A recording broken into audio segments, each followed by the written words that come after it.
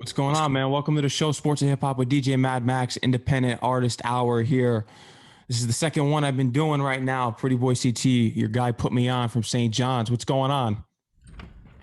Nothing much, just this music shit in the lab every day, every night. Feel Working me? hard? Yeah, mixtape coming soon. Light is in the Sky music video coming soon. So make sure y'all stay on the lookout for that. NPR, that's your latest single? Yeah, Yeah. NPR, Money, Power, Respect. Like the locks. You feel me? Mm-hmm. Locks, like Pop Smoke, like you feel me? I feel like there's a couple people that got that title, but it's like it's the principle that a lot of people live by. You feel me? So That's crazy, but Cinderella, I think, is your number one song. I don't know, understand why radio DJs haven't taken notice of it. Should be in the rotation as well as NPR. Those, if someone were to ask me, what do you think are your two radio hits? I would say those are the two. Cinderella and Lighters. And NPR. Oh, NPR. Yeah, Cinderella is definitely that song, bro. Like, I'm probably about to re-release that or whatever. I might get like a big feature on that, or I might just like do some crazy video. That's why the video didn't drop yet, but like, I'm trying to do it big for that song, bro. Like, the biggest thing I've ever done for any song, I definitely want it to be that song, bro. Cause like you said, bro, like, that's a song that's about to get niggas out. You feel me? Yeah, it's gonna go crazy. I saw that you have a Outta here. Boston Red Sox hoodie on. Is that where you're from? You're from Boston. Oh yeah, this hoodie I got on right now though. This is me and my boy's brand. Like he Oh, originally okay. started it. Shout out to my boy CJ. You can follow him on all platforms at CJ Israel or whatever. But this is being me. It stands for Black Matches Everything Clothing, and then it's also bitches, money, etc. The lifestyle. But yeah, we do a lot of things for Boston because like this is where like we're all from. So like we want our clothes to like kind of be tied into the city. Like we want the clothes to be like a representation of the city, if that makes sense. Mhm. I get what you're saying. I want to know your life story of growing up in Boston and how rap became an influence to you in which you wanted to do this as a career. Word, I'm happy I'm here right now too. Like just growing up, like my dad, I could definitely say put me on the music. Like just from the day I can remember him always just like freestyling and encouraging me to freestyle. And then like that's where like my knowledge for music comes from. Like I know like I probably know more old school artists than like your average like kid my age or whatever. And like I could just recite all of that shit like from the fashion. Like yo, when I first came into ninth grade, like I was stuck in the 90s, like wearing the Tims, the baggy jeans. I thought I was like Tupac and Juice or something like that. But like football was always life for me. But then like I said, like from the history of my dad, as soon as I got in high school, like all the kids like was like, damn, you could rap or whatever. If football don't work, like you could do this music. So then like ever since that day, and shout out to my boy Petey. Petey, he's the one that told me that. I got a song with Petey on the way too. Shout out Petey, shout out VTS. But yeah, he was just like, yo, if football don't work, you can make it in music. And then like I made my first song like going into football practice. So I went into football practice, I played my first song, like the feedback was crazy and like it was just the encouragement I needed. And like once like everyone was like vibing to my music, I was like, oh, like I could do this. So then like it just made motivated me to keep going. So like I definitely say like my friends and my pops are like the reason why I like make music. In the lifestyle, like football, bro, like I played some college ball and shit like that, and it's a commitment. Like I'm not even gonna lie, it's a commitment. So I can imagine the commitment like as a pro athlete. So then like this rap lifestyle though, like even though like I'm passionate, so it doesn't feel like work. So like when I'm in the studio and all that stuff, like it just comes natural. It's easy for me. But like I can make music and I could like party and get lit and I could floss and drip out and all that stuff. Like I'm trying to be a rapper. You feel me? Mm-hmm. That's interesting that you originally were the 90s kid and then you were able to transition. When were you able to break that barrier into actually accepting a new generation? Because I'm someone that, as you can see behind me, I have all these 90s hip hop pictures on the wall. I tend to go for that 90s style all the time, but I give a platform to artists who actually respect the culture and understand what the real hip hop is. And you're perfect here for the show here today because you said that you grew up on it and you were stuck on it in high school. Wait, so you want me to talk about like 90s rap? Or when you broke the barrier into accepting the new rap that's out here.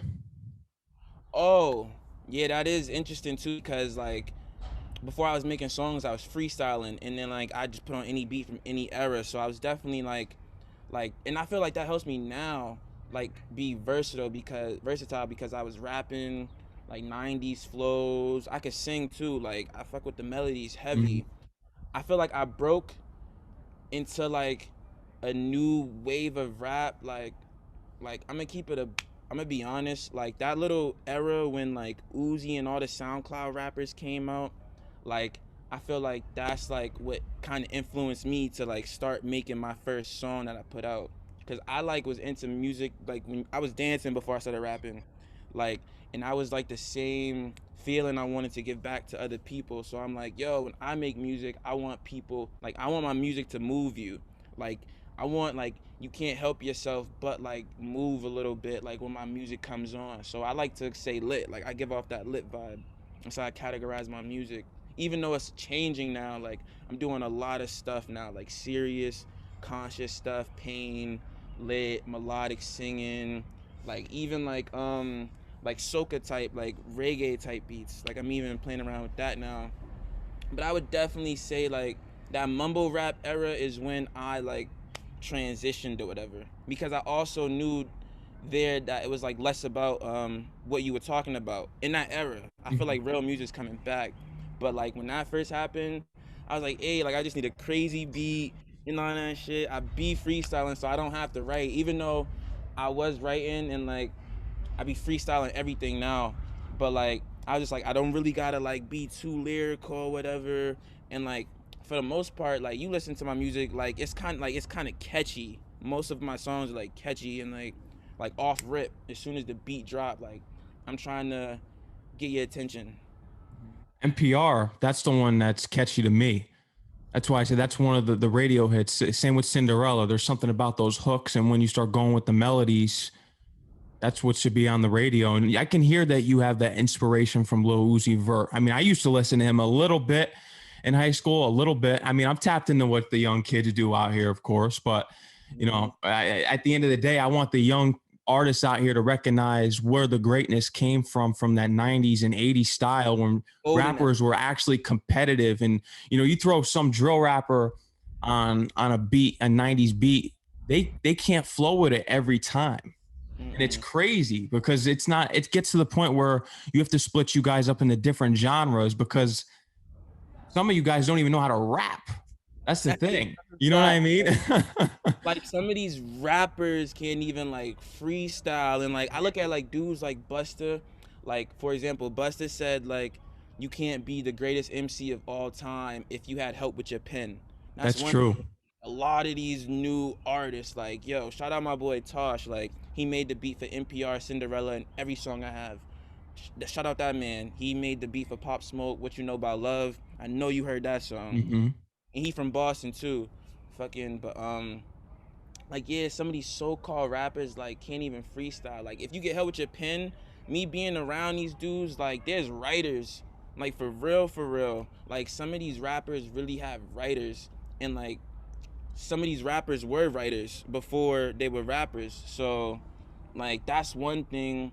And then like being versatile and all that stuff, like I know in the golden era of hip-hop, like creativity was huge, Hmm. and like you said, competitiveness and being different from like other people.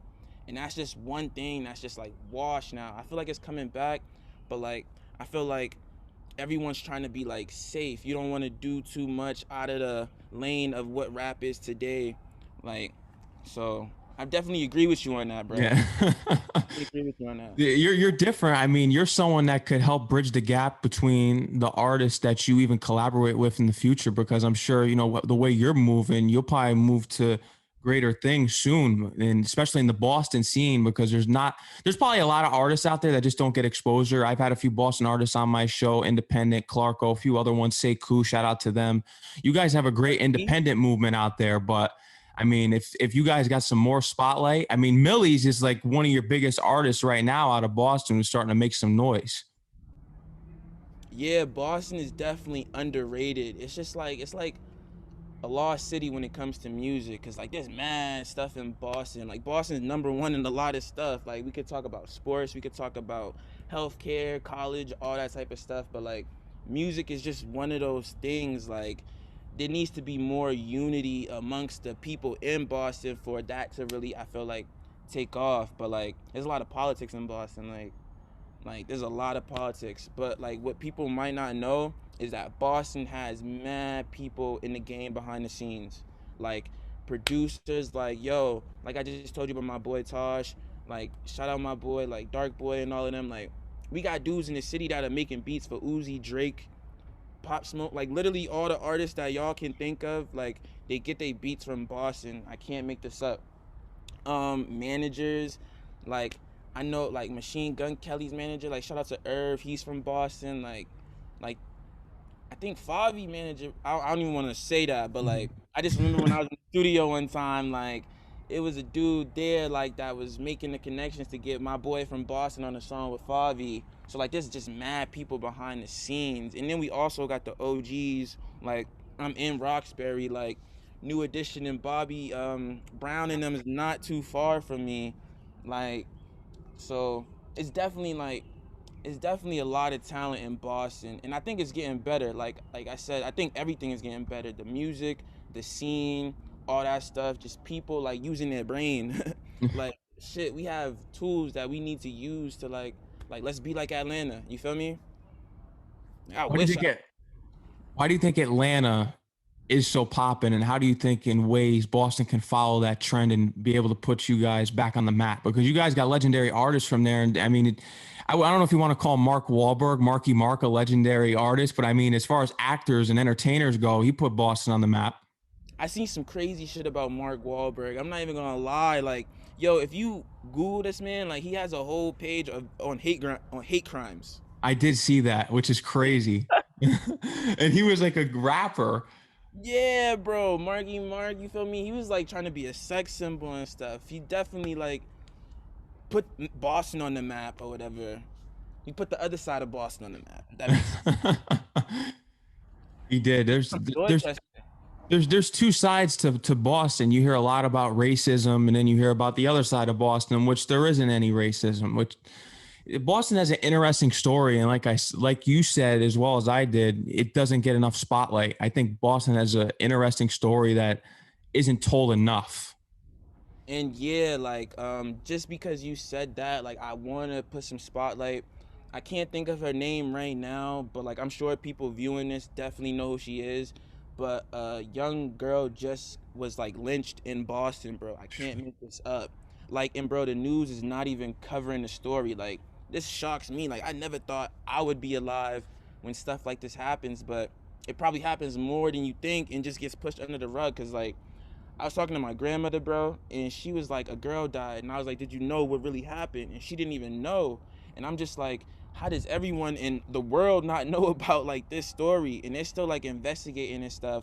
But like that racism stuff, me too, and like a lot of my boys could say it too. We never like really experienced racism unless it just went over our head. But like the part of Boston I'm from is mostly black people. is but I didn't even go to school in Boston though. Like I went to school in Boston, my high school, I was out. And like like I could say like racism up here in the north for the most part, like what I seen and experienced is just like maybe somebody like prejudging you or assuming like stereotypes and stuff like that. It's like, yo, the racist people up here I guess wear suits, if that makes sense. Mhm. Like it's not as in your face. Like I don't have no crazy story of racism. Nobody in my family does either. in Boston. They're But masqueraded in a police uniform or they're white collar. oh, yo, one time, no, when I was in high school, bro, this kid wore like a fucking. This is right when all like the police brutality and like all those cops killings like really first sparked off on the internet. And this motherfucker wore a cop hat to school, bro. He was bold. I went to a mostly white school, but like I love a lot of people in that town, bro. But like he was just one of those like what do you call it, bad seeds. Like Mm. he was trying to do something, and then like when those "Make America Great Again" hats Oh came, God. I had to like question myself. I used to be like, if you wear that hat, does that make you racist? Like, even though it doesn't, but I'm just like, damn, like the hat represents like a dude that's like racist. So that's like about the only shit like white people here don't get too crazy. It, that's a good thing, but there's definitely some snakes in the grass as they are everywhere. Did you hear about the law in Florida that was passed that if someone records a police officer committing police brutality, that they can go to jail? I mean, I think that's what needs to happen, bro. Like, I feel like acts like that and like that dude. How do you pronounce his name? Chauvin. Like Oh, Derek, I think it's Chauvin, I think. Chauvin. Like, I feel like that needs to happen because like the police is a gang. The police is a gang. Like whether they're right or wrong, they all stick by each other. But like showing that there's consequences as a cop, I feel like puts the pressure on cops to be good, to do their job and shit instead of like kick something under the rug. Like even though like some of them dudes, like even though they knew it was wrong to kill George Floyd and all that stuff, like some of them cops was keeping their mouth closed and not saying nothing instead of speaking out against like that shit was wrong. But like I definitely think that's a good direction to go into. Like I feel like the police, they need to like cut some of their funding and like just show the people that like the police are not invincible. I agree with that. Did you think George Floyd's murderer was going to get off at one point? Yeah, I definitely thought he was gonna get off because like everybody else got off. Like, Yeah. but like I thought he was about to. I thought he was about to get off. To be honest, but I'm happy. Like everyone's happy that that happened to that dude. But no matter what, it can't bring George Floyd back. So it's like yeah, he went to jail, but it's just like, am I wrong for like you feel me? If he was black, they would have probably gave him a chair or something, like something, bro. Like, but damn, I just bit my lip. But yeah, like I definitely, I did not think he was gonna. I thought he was gonna beat that case, bro. Mhm. I thought so too. As you said before, everyone gets off. It's insane. Let's hope that this bill that they passed doesn't go through because I don't think people who are recording officers commit police brutality should have to face punishment because that should be caught on camera if the police are doing that. Because like that shit's crazy, bro. Like some of these cops be like, and like, bro, this is like they making it look bad for the good cops. Like Yeah. some of these cops just make it look bad for the good cops, and then like, bro, like some of these cops, bro, when they pull you over, when these motherfuckers are telling you what to do, you just like, only if you knew this person before Yeah. they was a cop. Like, Or actually, the bill was passed. I said, let's not hope it was passed. I heard it was. So hopefully, it gets reversed is the correct terminology because that's just ridiculous. It's getting bad down there in Florida. I'm telling you. yo, people in Florida are wild. I fuck with Florida. I'm trying to go to the Yams. But yo, Florida, yo, they be turning up. Like Florida people is just different, different mindset. Yeah. Like yo, like it's like Florida people is born with like a gene that says like fuck it. You feel me? Mhm. Like they tapped, but I fuck with Florida heavy. Let's get back to your music career. What was the first song that you wrote that you were confident that this is what the path that you were heading on, which you are right now, and heading into the singles that you created as well as the mixtape on the way? The first single I dropped was on SoundCloud. Hmm. Fucking, and it's still up there too. It's called FOMF. Fuck out my face. That shit was lit, bro. I remember when I first dropped that, like my school went crazy. They played my song at prom. That was lit. They played my song at prom. Every single party, they still do that. But prom, all the parties, like I was lit. But I feel like that, like that first song put me in my bag because the feedback, like everybody was fucking with the song, so I was like, I bet I'm about to stay in this lane. I'm about to make this type of music. But then like as I started progressing and all that, like people be like, yo, I hear your voice, I can hear it, like, you feel me? Start getting melodic, and then like going with the times and all that stuff, like a lot of more melodic music is coming out, and then you like you just listening to all this stuff. Like I'm not even gonna lie, bro. My evolution came from just being in the studio, playing with the mic. Like literally, like I didn't know how my voice could sound until I like really tested it out on the mic, and I feel like my sound is changing. Like how you talked about the Cinderella song, like people was like, yo, this is the best song you made. So then I'm making more songs on that type of vibe, and Cinderella doesn't sound like the first song I dropped. It's way more melodic. So I'm definitely way more melodic as an artist now, and you'll definitely hear that on my mixtape. But like I'm always gonna be lit, so that's why I like to combine the two. I'm still gonna drop them hard songs like NPR and stuff like that, but then I just like fuck with music. So like I have some drill songs. I want to play with some Detroit beats too, but like I like to rap my own way on those beats. I don't like to sound like nobody on those beats. So like, yeah, like that's just how my sound evolves. So definitely look out for the melodies on the tape when it comes to. We're going to be creating Boston drill. We have the Brooklyn drill, the UK drill, Chicago drill. You can't forget about Chicago. They were the originators, but It don't sound nothing like New York drill. I'm gonna keep it 1,000. Like good. It sounds different then. I could I groove more with like New York drill, and I'm closer to New York. I personally like it more. But when I was a little kid, like I was definitely vibing with Chicago drill. I didn't know Boston drill was a thing. I thought Boston drill just was like I didn't think it was a new sound. Just like people from Boston doing drill is considered Boston drill. That's all I thought it was. Cause I'm like looking forward to hearing that Boston New drill. York, It's going to sound different. yeah, like bro, the drill music that I'm doing though is just like it's not your typical like hard like drill music. Like it's more like like I like to play with the samples, and like I like melodic drill. I like I was in the studio last night. She was like nostalgic. That's the word I was looking for. Like nostalgic drill.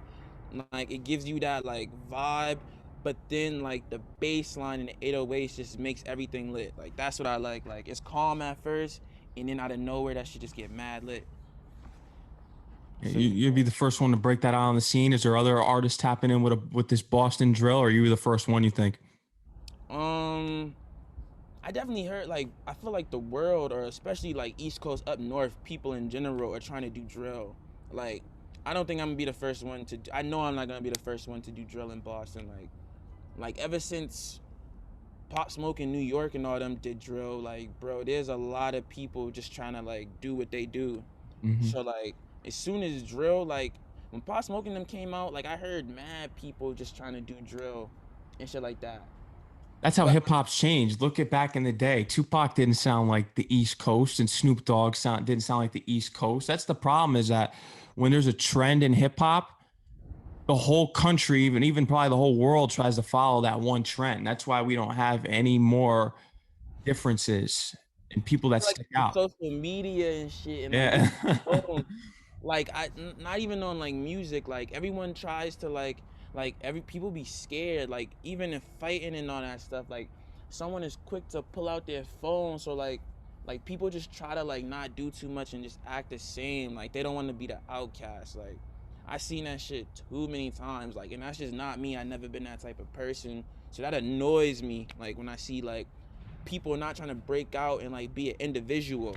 Like, yo, you doing this music because everyone else is doing this music. You're not trying to do that music because like everyone else is not really rocking with that music. Even though you can make that shit your own and you can make it better, but like you trying to play it safe and just do what everybody else is doing, and then you're making it harder for yourself because everybody's doing it.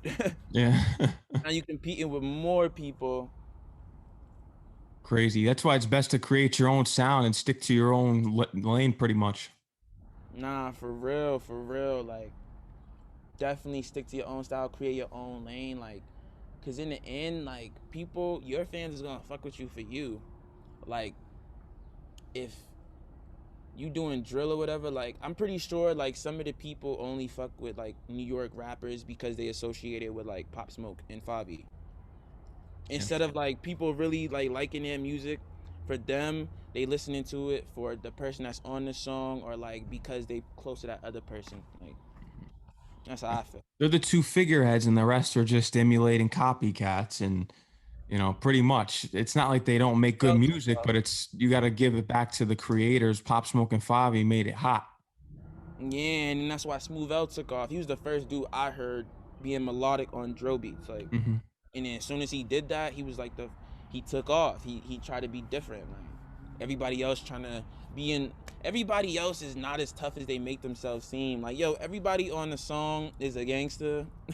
Everybody's a shooter. Like everybody gets girls. Like come on, bro. I know these dudes in real life. Like a lot of these dudes did not even get girls before they was rapping. And a lot of these dudes rapping are not signed or nobody. So like they still don't get girls. I know y'all in real life. Like you was never getting girls. You was never dripped out. Like that's not even you. But on a song, bro, like bro, there's like a list of things you need to talk about. The way they make it seem. You gotta talk about drip. You gotta talk about bitches. You gotta talk about killing niggas. You feel me? This. Maybe that you don't got like it's literally a uh, goddamn Rap and rap has allowed this. This is just the new culture of rap. If this was the '90s, I mean, you did have Vanilla Ice, but at least they would be hip checked a little bit because people like Arsenio Hall had Vanilla Ice on his show and it questioned them. We don't think you're from the streets. yeah, he definitely was an industry plant. Mm-hmm. I feel like I feel like they tried to do the same stuff. Like I feel like it's getting more watered down and desensitized. Like look at a person like I don't want to say his name, but like dude was able to snitch and come home and have a music career. Uh-huh. I know you're talking about the rat.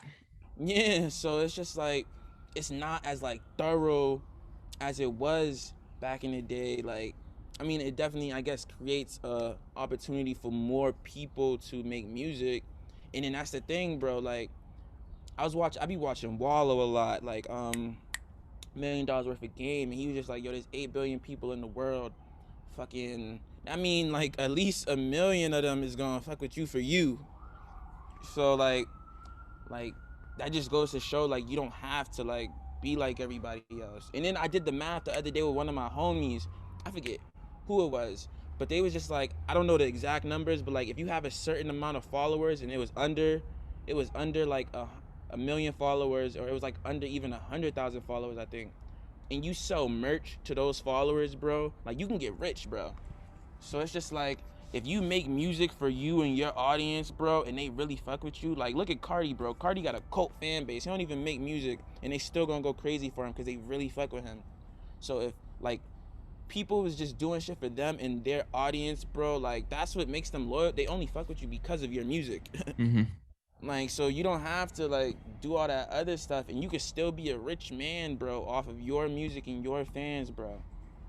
Like this mad artists, like bro, you don't hear about like you hear about mad artists getting into street stuff that are rapping and all that stuff, but then you hear about like dudes like Lil Tecca and like all of them that don't get into no drama, and you like, why is that? Because they know they lane. Like they not trying to be nobody else. Like Tecca, like Tecca got like the little nerd look and all that stuff. Like he's cool with that. Like and he's still getting bitches.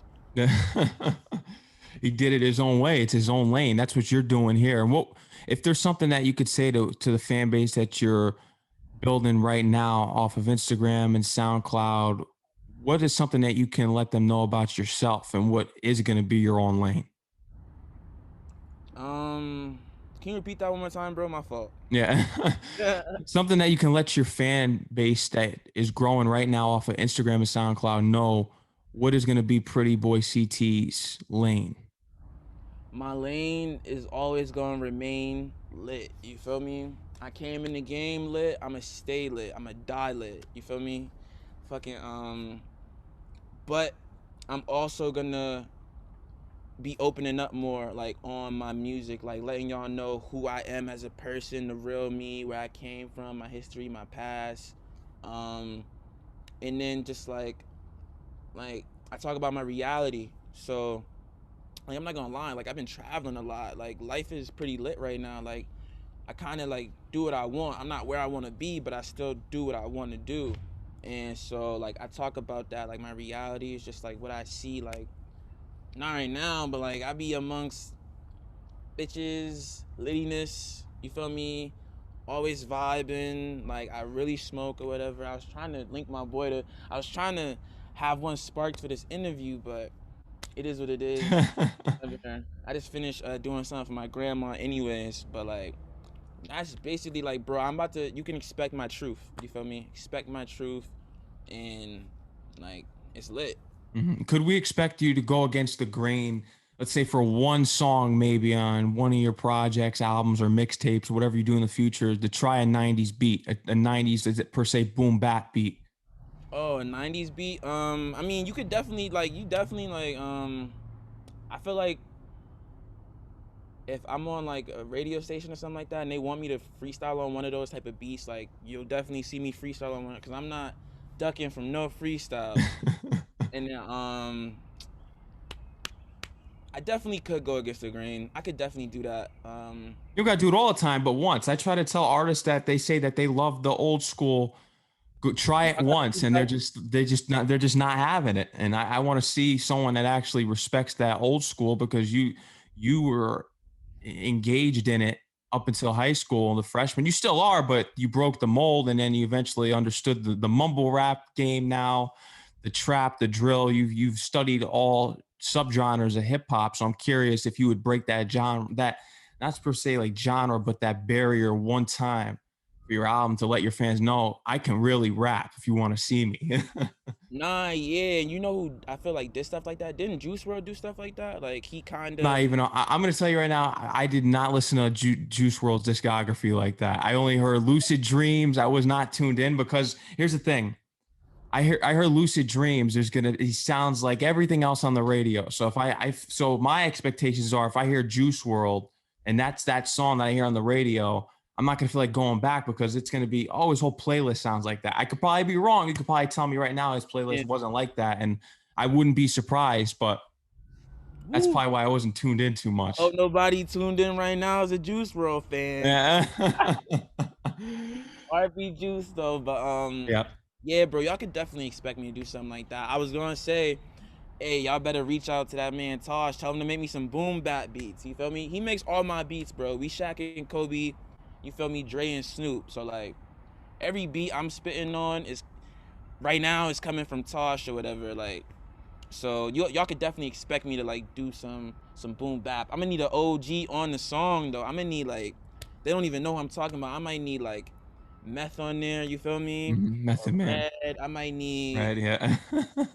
like yo like they don't even know Black Moon. I might need Buckshot Shorty on there. Joey Yeah. Badass has a song with Buckshot Shorty, but like. Yeah, bro, y'all could definitely expect me to do something for the one time, maybe a couple times, Yeah, maybe, you bro, should that might be the definitely try wave. to link with Ed OG and the Bulldogs. Ed OG he's one of the figureheads of Boston, of that old school sound.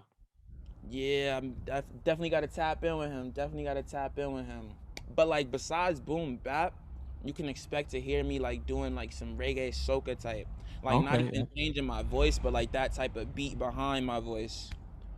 Um, like yo, I can do pop too. I can do pop too. You could I do always wanted to try, bro. Y'all gonna laugh at me, whoever watching this, but bro, I always wanted to remix one of my songs into an EDM song or like make an EDM song. No bull.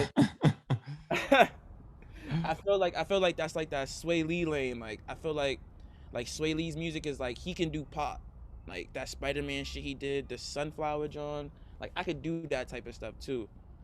And then like I'm not really fucking with the country. I don't even like really listen to country Oh music. no, no one. You don't need to. Trust me. That's better off somewhere else. I have to do a remix, bro. You feel me? The country rap took off.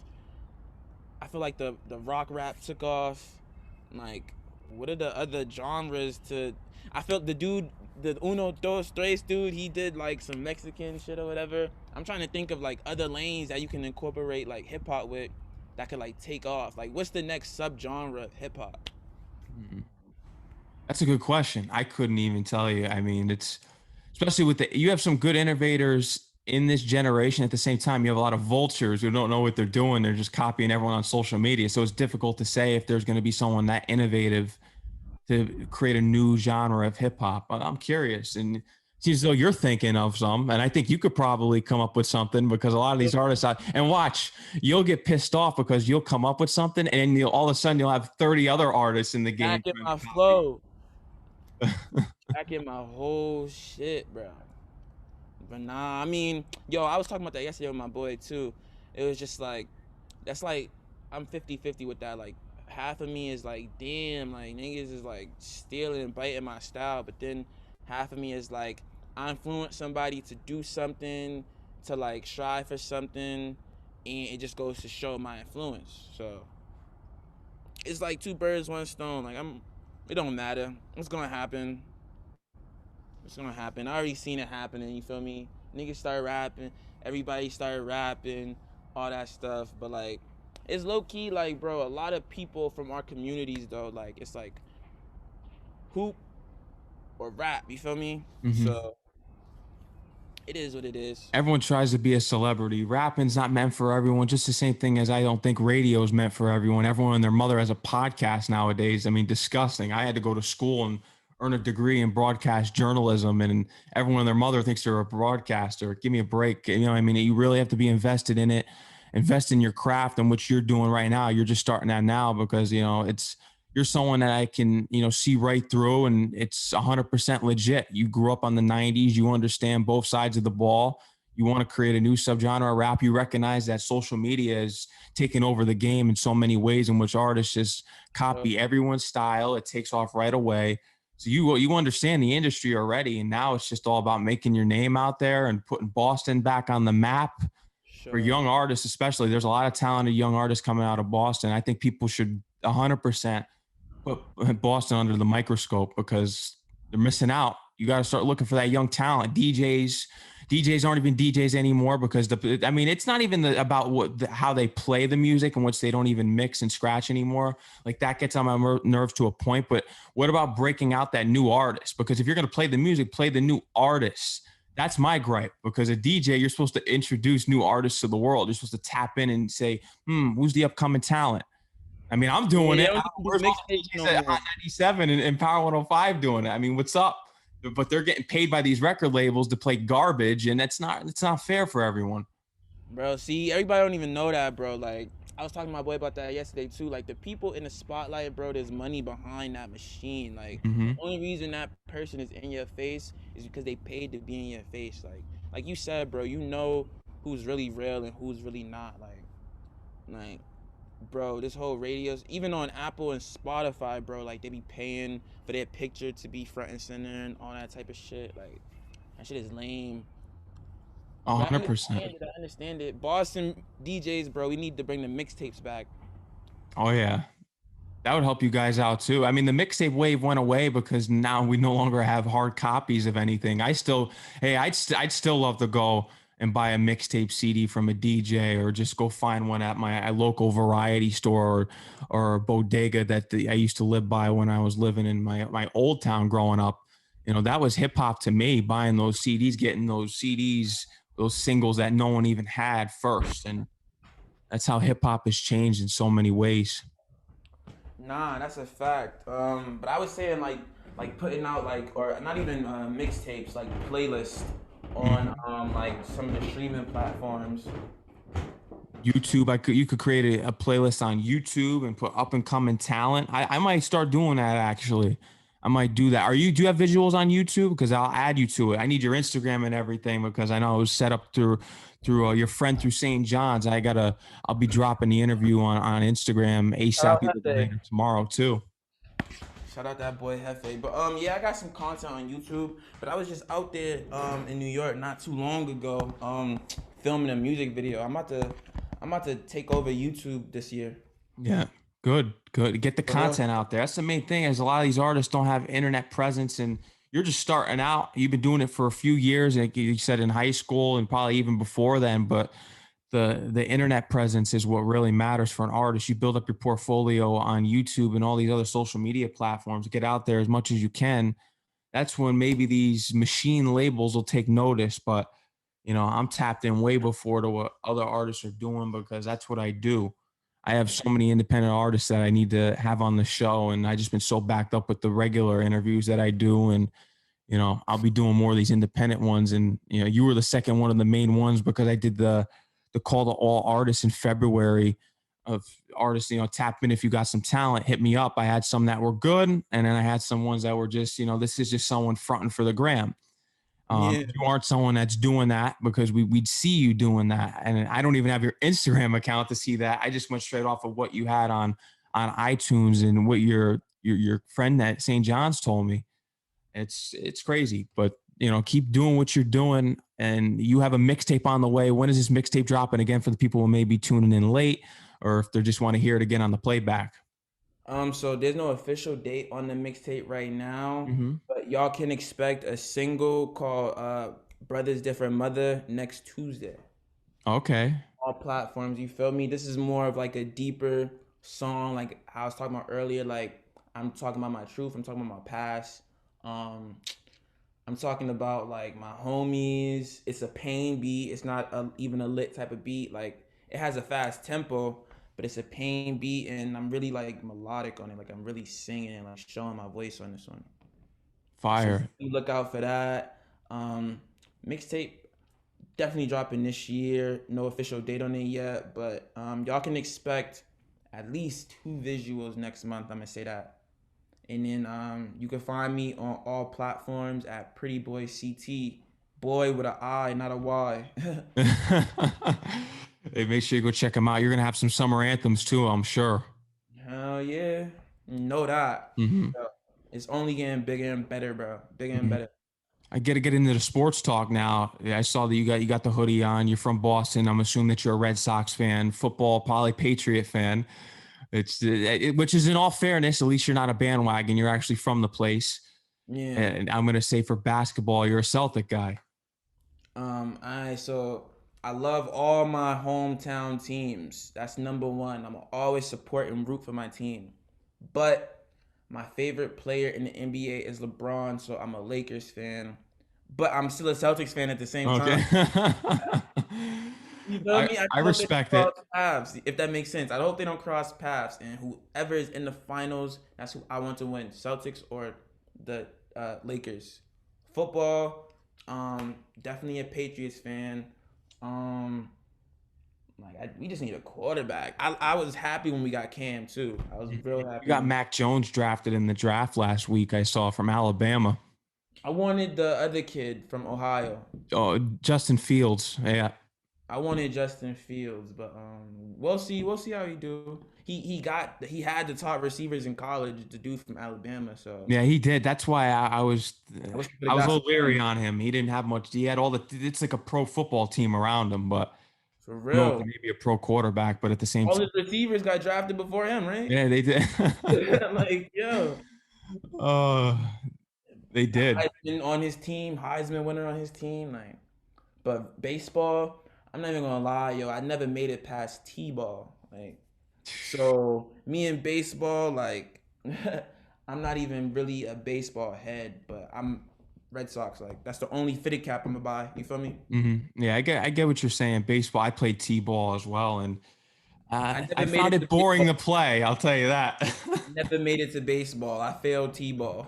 uh, I mean, Yo, it's it. like when I was playing T-ball, yo, that's when Bow Wow was out. My parents always talk about it, but I used to like be like Harlem shaking in the fucking dirt while I was out there, like getting light. Like the ball be done rolled past me, bro. I'm like playing with a bug or some dirt on the ground. Like, yeah, I was not there for baseball, bro. Yeah, Like I'd be sitting in the outfield. Apparently, I was sitting down in the outfield when I played t-ball. It's boring. too You much gotta time. have a certain dedication to play baseball or even watch it. I've grown to be a dedicated baseball fan as a watcher, and that didn't start till late middle school, high school, and I enjoy it. But I get where some people will say it's boring. You gotta have a strong watch span for baseball. You gotta have that attention span.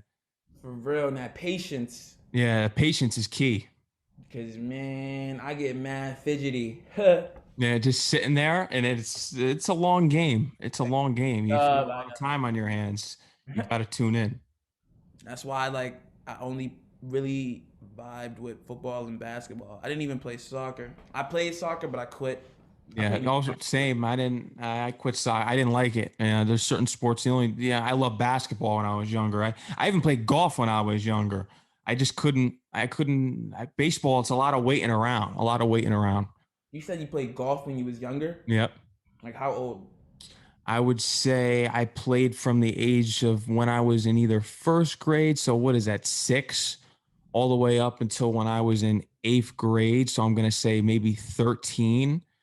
I was good at golf. Like I could have really taken that far, but I lost my mentor because he moved to a different state. He moved down south, and that's when my game it went down because when you lose your mentor like that, and then you try working with someone else that isn't the same, they have you changing up your swing, and you lose your Yeah. confidence, and it went all the way downhill from there. And that's when I really started getting into basketball. And that's when eventually in college, you wake up, everyone has the dream to be a basketball player, especially when you go to a university that's basketball based and everyone thinks they're a star. It's like you got to wake up and find that other passion, and that's what I'm doing here with radio and DJing and music and all this stuff that we're doing now. And you found your passion with music, and that's a good thing. And That's the thing, bro. A lot of people don't even know what their purpose is. Like Ti said it. He was like, "Yo," at least he was talking about black kids, but he was just like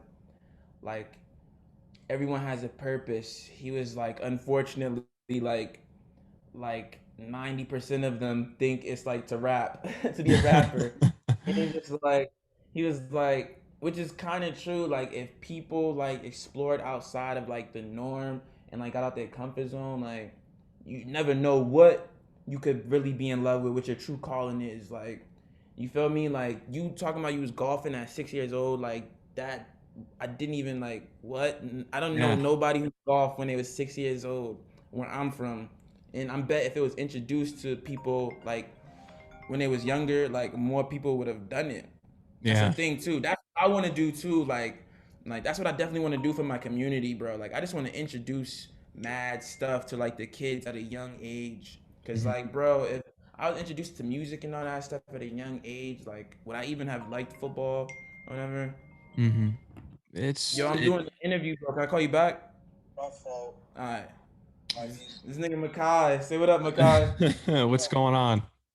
That's Cuzzo. I'm That's gonna your. call you right back. All right, do your thing. Oh man, what position did you play for football? I didn't ask you that before. Running back, linebacker. Do I got a picture over here? Yo, I'm about to. All right, yo, give me. I'm about to get this picture right here. Running back and linebacker. Running That's back, linebacker, and in college I played strong safety. strong safety.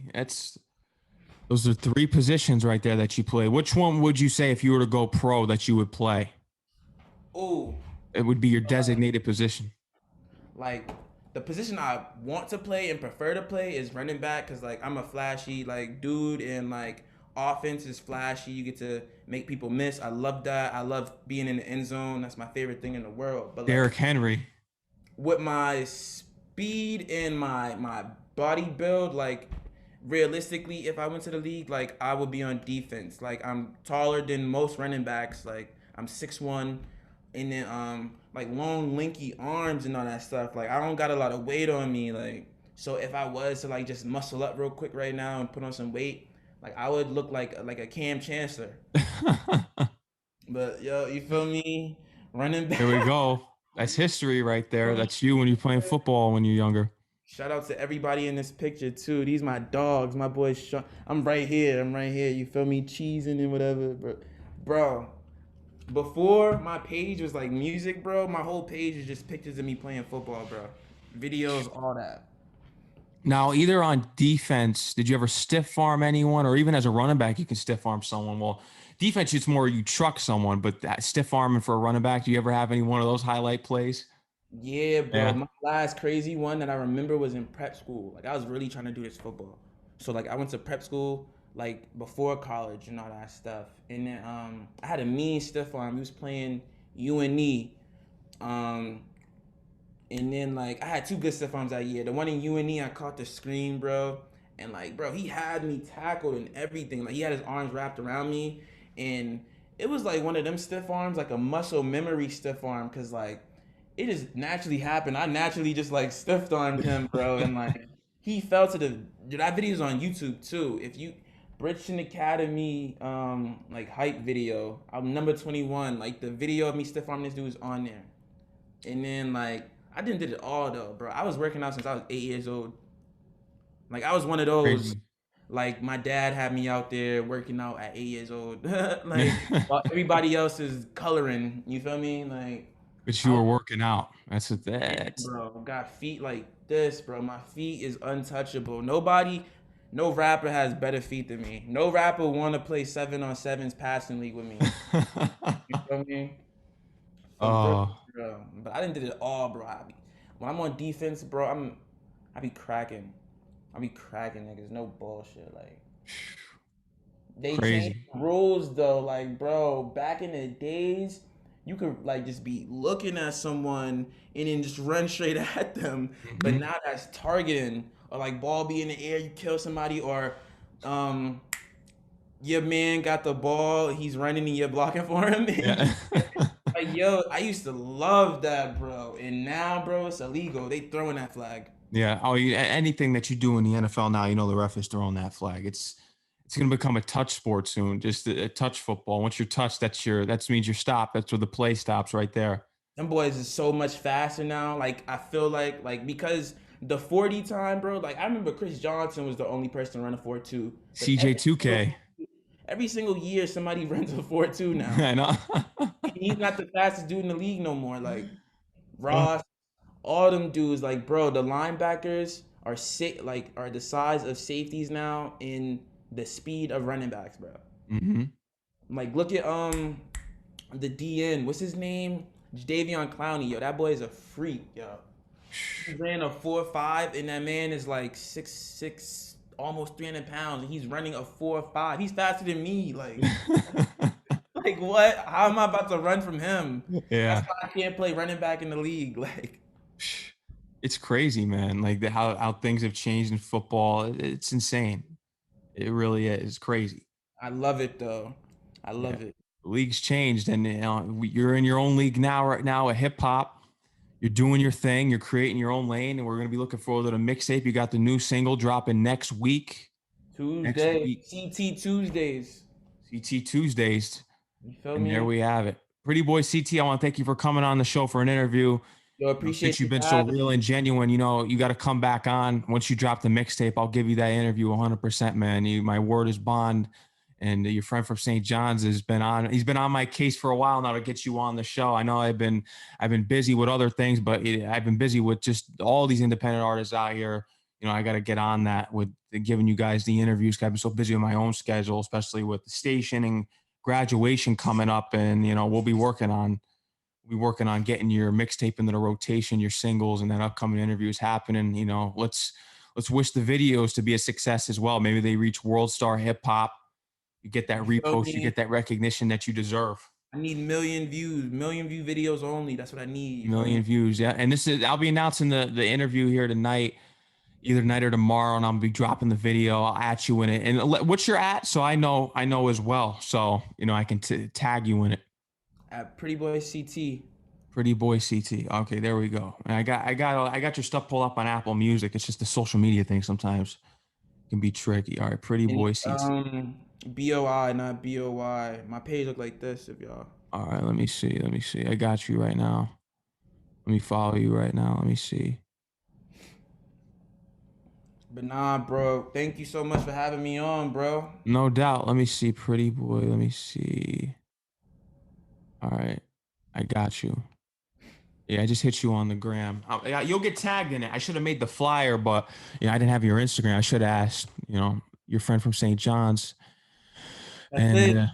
we'll get it up there though. It counts as we did the interview. We were on the YouTube channel Sports and Hip Hop with DJ Mad Max, and that'll be dropping today. So I'm gonna, as soon as we end the interview, I'm gonna do the everything, the description. It's gonna be on there. I'll send you the link, and people can tune in if they didn't tune in live.